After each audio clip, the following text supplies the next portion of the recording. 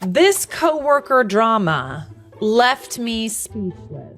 Well, not entirely. I do like to talk. Am I the a-hole for stepping back and letting my trainee suffer the consequences of his actions? Background info. I, 35 female, work for the government with a large team of about 10 people. Most of what we do is customer facing. Recently, there were 2 new additions to our team that we desperately needed. Most of the team has been there for 20 plus years, and though they're very friendly, they do take their time to warm up to the newcomers. As I was one of the newest additions to the team, been there about 2 years, I was asked to help train one of the newcomers, as the teammates who've been there longer do not like taking the time to train, let others shadow, etc. I now understand why. Lol. The trainee, let's call him Raj, 32-ish male, seemed pretty eager and energetic. He loves chatting, which I do too, so we bonded quite quickly. Specifically, as we are the only 2 people in our team that are immigrants that have previously lived in multiple different countries. The issue began as I noticed Raj was very chatty, to the point where he would forget about the time, and we would end up always being a couple minutes late to our appointments. I kept reminding him of the time, but it seems like he takes appointment times as more of a suggestion. I, on the other hand, who have always struggled with timekeeping, take pride on the fact that I can usually manage to do my appointments on time, if not early. It would be interesting if they worked somewhere like, where you had to make appointments for a passport or something. And it's like, oh, that's why those places are always late. At one point, when he was meant to be shadowing me, he came back from lunch 10 minutes after the appointment time, at which time I was in the middle of seeing a customer. He asked me if he could join, and I said, no, we're in the middle of it now, maybe the next one. Afterward, he seemed very apologetic and said it wouldn't happen again, but it kept happening almost every day. The breaking point. On the day that Raj was supposed to begin doing the appointments himself, and I was meant to just sit back and watch him, I made sure to remind him that we would begin doing so after lunch. His first appointment was supposed to begin at 1:25, which I repeated twice to him, and he even said it back. At 1:20, I was back at my desk expecting him to be there, eager to do his first appointment, but he was nowhere to be found. 1:25 and nothing. At 1:27, he gets back to the office, chatting with people as he walks in, taking his time and asking me how my lunch was. I tried keeping my usual smile on, but reminded him his appointment was meant to have already begun. He laughed it off, asking, "What, are you going to dock my pay 2 minutes or something? Don't worry."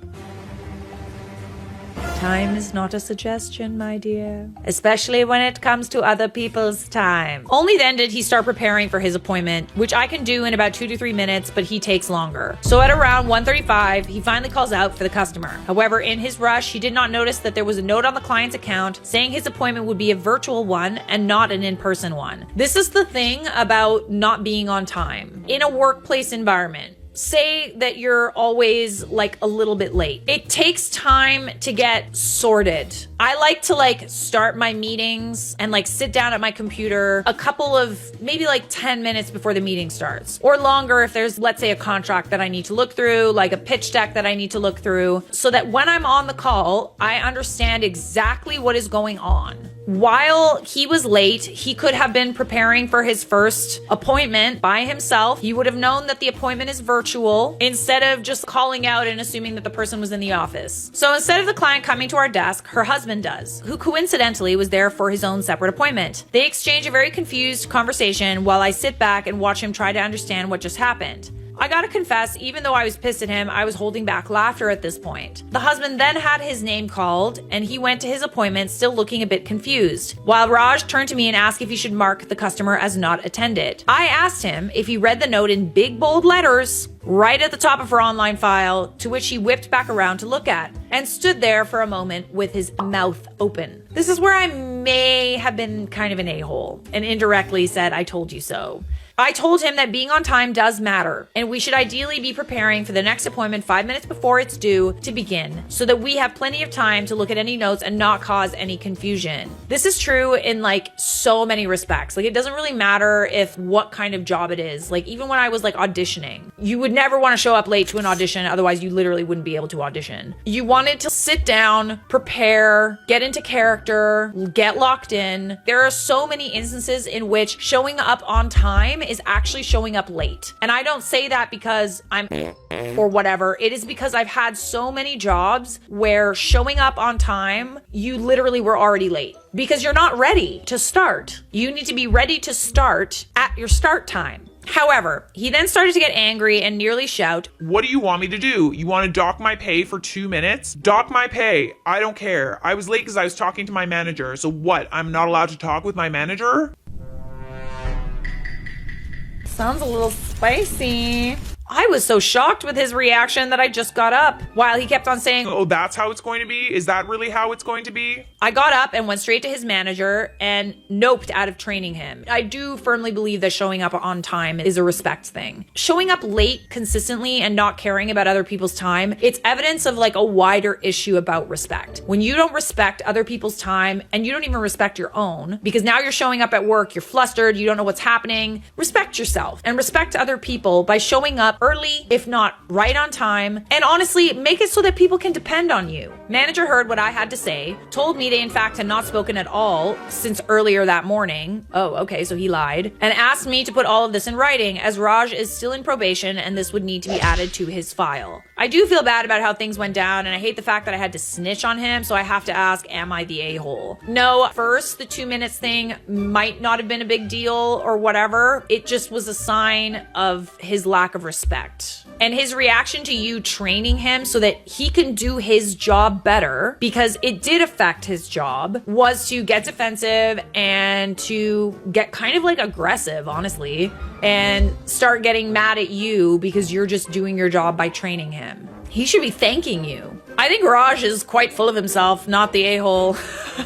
You are not. Just imagine working every day with him. No, no, no. Being late and unprepared was bad enough, especially since he should be trying to impress you, but then outright lying? Nope. Yeah, I mean, this is the first time that he's working on his own. He better get everything right. That's under his control. Mistakes are bound to happen, but like the one thing that you can control about how people perceive you, especially at a new job, is to be on time. But yeah, the lying is like cray cray. OP responds, that was the worst part for me. When I was explaining everything to the manager, he was like, what? There was no meeting. I haven't seen him since before lunch. Someone responded, you didn't snitch on him. You gave valid feedback on his performance as his training officer. His poor time management skills, combative attitude, and poor performance are all on him. And that's on period, honey. You were training him and he's under probation. Everyone should know that when you're starting a job, it's kind of like, you got the job. This is a time period in which they can still fire you pretty easily. Be on your best behavior. So we do have an update. Thank you to everyone for your kind and hilarious words. I do have a tendency to second guess myself, and reading y'all's perspectives helps a lot. I hope one day, maybe, the Potato Queen herself reads this, even if it doesn't make it into a video. Ask and you shall receive, honey. I'm right here. Since the last incident, Raj and I have been friendly in the office, but also kept a safe distance. I have noticed him doing some odd things that I'll list before the juicy update. When speaking to a colleague, I noticed they did something different to their hair, and I made sure to tell them they looked absolutely fabulous. Raj chipped in to say something like, "Oh, so I get a fresh new haircut, but colleague gets all the praise?" and laughed. Awkward. When playing foosball in the break room with two other colleagues who were much better than Raj and I, we kept losing our shots over and over and the guys were laughing and making fun of him, as they do with everyone. I could tell he was getting worked up, and I jokingly said that us both could definitely get some practice in later. He then said, "Me? I don't need practice. Can't a guy have an off day?" Okay. Feedback is normal. It's easier to just take it in stride than to get like weird about it, you know? This wasn't even feedback. You were like joking about the fact that you also aren't very good at this, and he took that so personally. Okay, juicy update. While chatting with a colleague today, let's call him Matt, he said he had a falling out with Raj. He went on to say that he noticed Raj was doing something wrong at his appointments, which was costing both the customers and us a lot more time. I won't get into detail, so it's not obvious where we work, but basically Matt said, hey, I noticed you've been doing X, but actually in those appointments, you need to do Y, and explain why it needed to be different. Well, Raj interrupts Matt, who's the chillest person ever, by the way, and tells him he doesn't like his tone, and proceeds to throw a hissy fit saying that sounded wrong and that he will just keep doing the appointments his own way. As if my flabbers weren't already gasted, Matt also said he had a chat with our manager, who just listened, nodded along, and said, well, Raj is making my decision about his probation review that much easier, isn't he? Coming from someone who's an actor, in order for actors to do a good job, we need direction. We need a director to tell us to try things in a different way. Not necessarily because we're doing things wrong, but also just to get like a variety of different emotions, a variety of different feelings from the takes, and also to bring out the best in you. I might think that I know how something is said in a script. A director could give me feedback that could literally bring it to life. Back in the day, you would always have to say thank you after the feedback and get into the habit of saying, oh my gosh, yeah,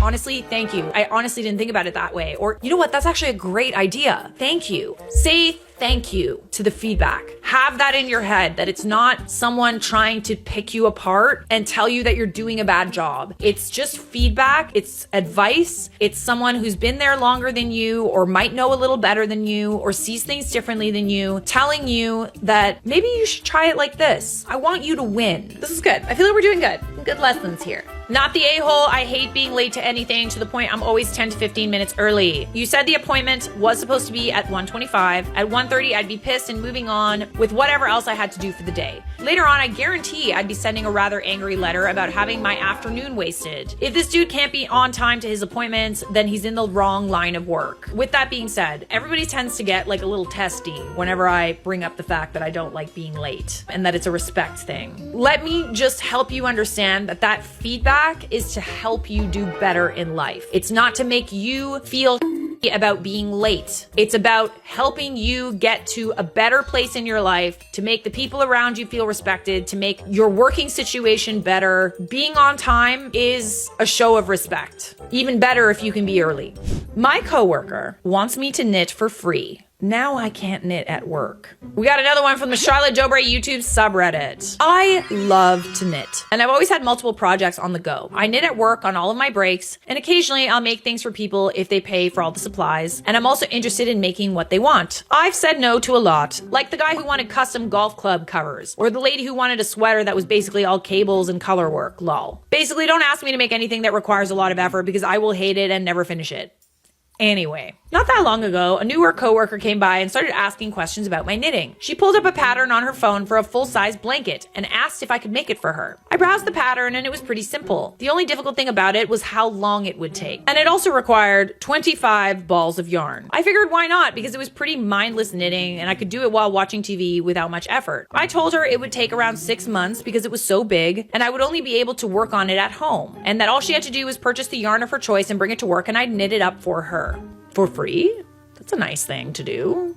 She immediately got red-faced and was like, wouldn't that cost a lot? And I want it by Christmas. I was like, yeah, it would. And there's no way I could have it done by Christmas, even if I wanted to. It would definitely take me 6 months. She goes on, well, you're always knitting. Don't you have a huge stash of yarn at home? Can't you just use that stuff? The stash at home is immaterial. Oh, well, you already have this. Oh, whoa, whoa. She's just asking you to pay for the materials, and you don't even want to do that? Wow. No, I do not. I do not have a stash at home. I use it all. And I certainly do not have that many balls of yarn in the same color. I don't live in a yarn warehouse. It was so freaking awkward, and I just said, if you want me to knit the blanket, I've told you how it works on my end. I'm not paying for it, and I can't get it done in under 2 months. Wow.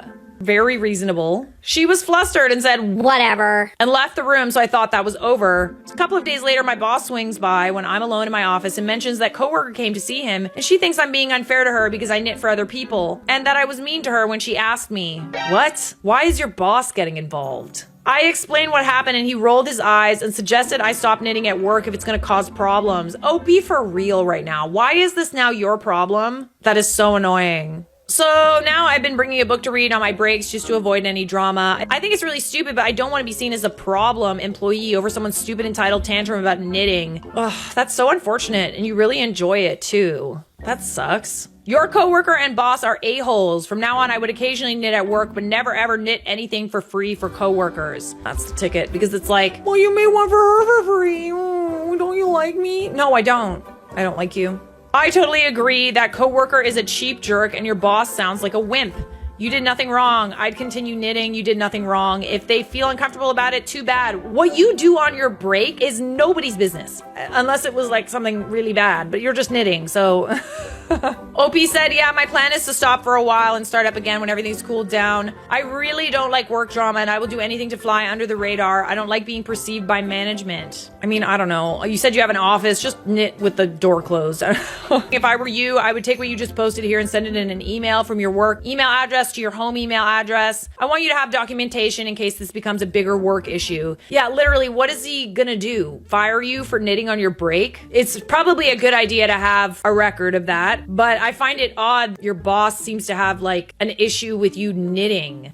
Messing with the office culture. It's gonna be a problem. It was literally not a problem until Karen over here made it a problem. Misentitled Susan Karen. Am I the a-hole for telling my new work colleague that she has no right to control our office habit? What habit is that? I, 35 male, have been working in this office for 3 years. We recently hired a new girl, 25 female, and she sits diagonally in front of me so I can see her at my desk and vice versa. We're around 1 meter apart. She's been working for 3 weeks and has been trying to control our office habit based on her liking. Here are the issues that have been happening and what triggered me to do what I did. 1. I have an unhealthy eating habit and snacking a lot during work. She mentioned twice, jokingly, said how I tempted her for eating cakes and how can I stay skinny even though we eat like pigs. I offered her some and she refused, saying she's trying to lose weight. So she's food shaming you? Why is what you eat any of her business? Fine, I stopped snacking on my desk, but my other colleagues and I still have lunch at the desk when we are quite busy. Then by the end of the first week, she reported to HR to say people should not have lunch or eat at their desk because it can be unhygienic and the crumbs might fall into the keyboard and attract bugs. You should bring up that it increases productivity. She also mentioned how she was annoyed by me eating ice cream, cakes, bread, etc. during work hours, and it disturbs her because she's trying so hard to lose weight. So HR sent us all emails and now everyone in the office, everyone can no longer eat anything at our desk. Be for real right now. Get out of here. Seriously? On her second day, she complained that the girl that sits next to her, Jane, was using a very strong perfume, one where the scent nauseated her. Jane did wear strong perfume, but it wasn't horrible. All of us could tolerate Jane, and suddenly, because this new girl couldn't tolerate her, and Jane was the one that had to change. Kind of just seems like this person is just like also getting a little comfortable really like right off the bat.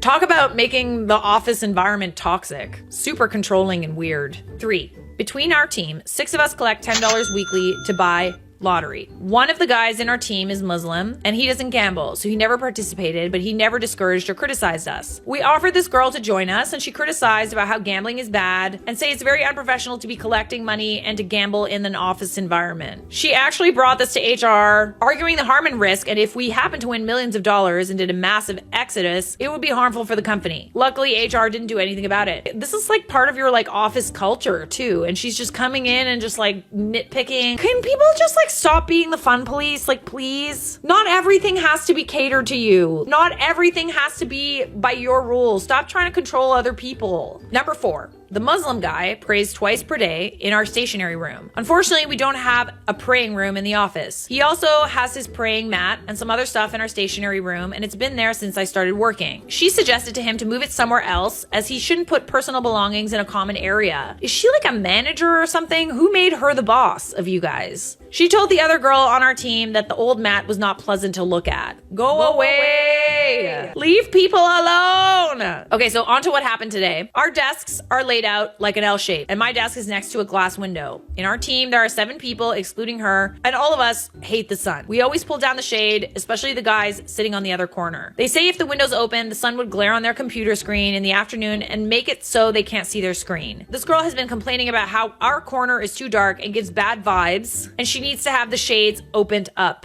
This is a Karen in the making. She's only 25, buddy. She mentioned how the sun will make people happier and increase productivity. Well, not if you can't see the computer screen. She's not a manager. She's literally like a newbie. Why is she throwing her weight around and like acting like she's the boss here? I couldn't stand her anymore. So I stood up from my desk and I didn't yell.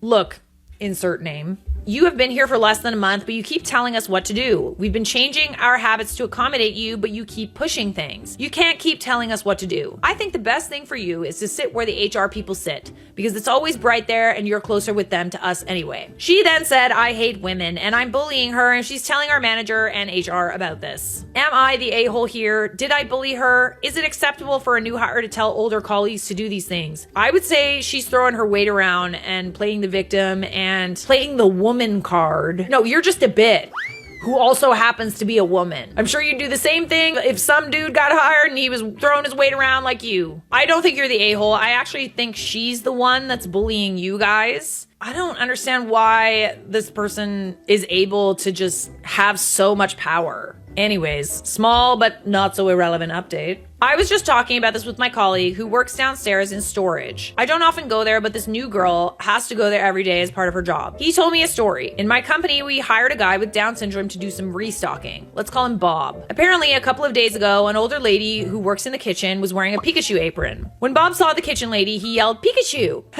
then ran and touched the apron. So he would have accidentally touched her chest too. According to my colleague, the older lady just laughed and didn't make much of a fuss. The new girl witnessed this and said Bob has harassed the old lady and she would report him to HR. Lol. She complained that Bob's behavior is very inappropriate and unsafe. I mean, I really think that it's kind of up to the woman in this instance to complain about something like that. If she felt uncomfortable, then that's one thing. Sounds like it was an honest mistake. I still fail to understand why this new hire, literally, she's become your office police person without the title. Update. I didn't expect this to blow up. I'm still getting so many messages. By the way, I've used AI this time to correct my grammatical mistakes. I'm not a native English speaker, and I now understand it's not appropriate to use the word girl when referring to a 25-year-old woman. I didn't realize this before. Thank you for the heads up, Reddit. I showed this post to two of my colleagues, and they encouraged me. And I also felt it was necessary to clarify a few things and be fair to respond to some of your questions and comments. She actually complained about a lot of other things that I didn't mention, mostly because I didn't think they were very interesting, and honestly, a few of them even benefited us. 1. So apparently, wearing perfume at the workplace is not allowed. Got it. I guess Jane has been lucky that no one's ever complained before. 2. Her comment about the Muslim guy's prayer mat was more about the way it was positioned in the storage room. Everything else is neatly arranged in wooden cupboards, but in one corner there's a small table with a prayer mat and some religious items. She felt it looked out of place and thought personal items shouldn't be in public or shared areas. That said, the prayer mat has been there since I started, and no one in the office has raised an issue about it for the past 3 years. I wouldn't go so far as to say, oh, it's the aesthetic. Oh, it's like ruining the room. Are you ever in there? This is this guy's religion. Like, can he just like pray?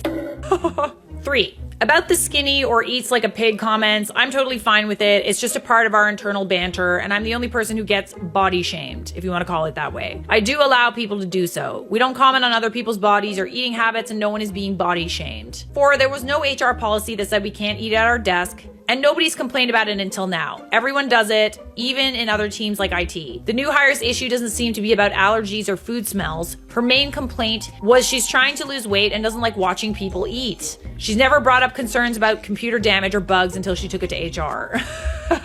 5, yes, she's currently on a 6-month probation period. This is not her first job, but her second job. Apparently worked on a company for 2 years. The first job was in a different city, and she praises that company a lot. So I'm just going to summarize what some of these points are saying. She complained about the IT guy who has a loud ringtone. She complained how one of our colleagues was putting on headphones when working, and she dislikes it when she has to tap on his shoulder when she needs to talk to him. Wait, seriously? She complained about a Filipino woman who brought a smelly lunch to work.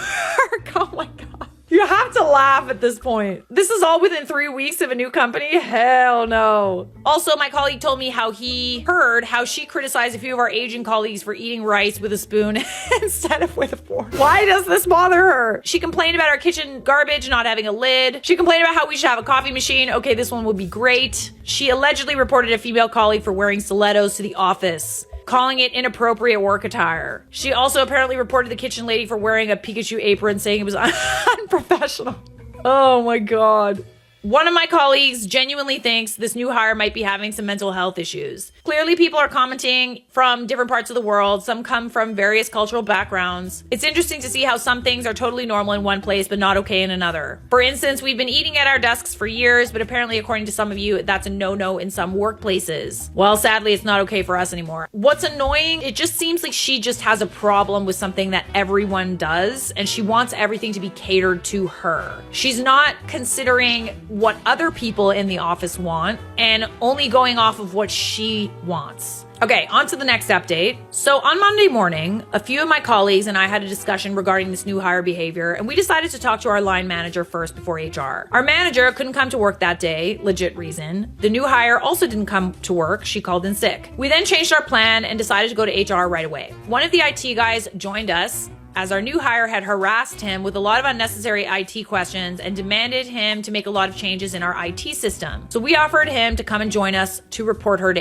HR. He suggested that rather than complaining about how she's annoyed everyone with her complaints, we should pretend to be concerned about her struggle to adjust to our environment and get HR to talk to her because we want her to have a good experience working with us. Ooh, yes. It's like, I'm a team player and I really just genuinely feel like she's not comfortable here. And we just have concerns because we would love it if she was comfortable here. So a few of us then had a meeting with HR, and guess what? HR people were also annoyed by her. They didn't say it directly, but subtly mentioned that she had been lodging a lot of unnecessary complaints. What is with the micromanaging? Like, she's not even a manager. We also suggested she might need to see a psychologist, so she might be having some sort of internal personal crisis that led her to make all these complaints. The IT guy asked if she showed any signs of these behavior when HR interviewed her, and she said she asked a few detailed questions about the work culture here and also complained about some stuff, parking, etc. But they didn't really think much at the time, and she had glowing reviews from her references, probably because they wanted to get rid of her. The HR team said they will discuss this matter and HR will have a one-on meeting with her next time she shows up. But that never happened. She sent in her resignation letter the following day, along with a very long list of complaints and things she wanted us to change. The most ridiculous thing is she actually sent the email to the big boss, complaining about our workplace to be unsafe, unhygienic, non-inclusive, misogynist, backwards, and radiating bad vibes. If anyone is radiating bad vibes, it's her. Because what do you mean you're going to an office and the minute you get there you start complaining? Like, settle in a little bit. The HR lady who told us found it strange she didn't use the word toxic. One thing the HR found amusing was she mentioned how our workplace should provide a lot of free stuff, such as bottled beverages, fruit snacks, espresso machine, dining vouchers, feminine hygiene products, petrol, etc. In conclusion, good riddance. Oh my goodness. Well, it sounds like she was a little spoiled by her last workplace. I mean, I agree, all those things would be nice. Yeah, good riddance. Cause like, what the actual like, go, like, of all things, like, just while she was complaining, she could have been doing her job. Was she doing all this complaining on company time? Get out of here. So, are you the a-hole for telling your work colleague that she has no right to control our office habits? No. And I hope you enjoy your office cake. Can I have a piece?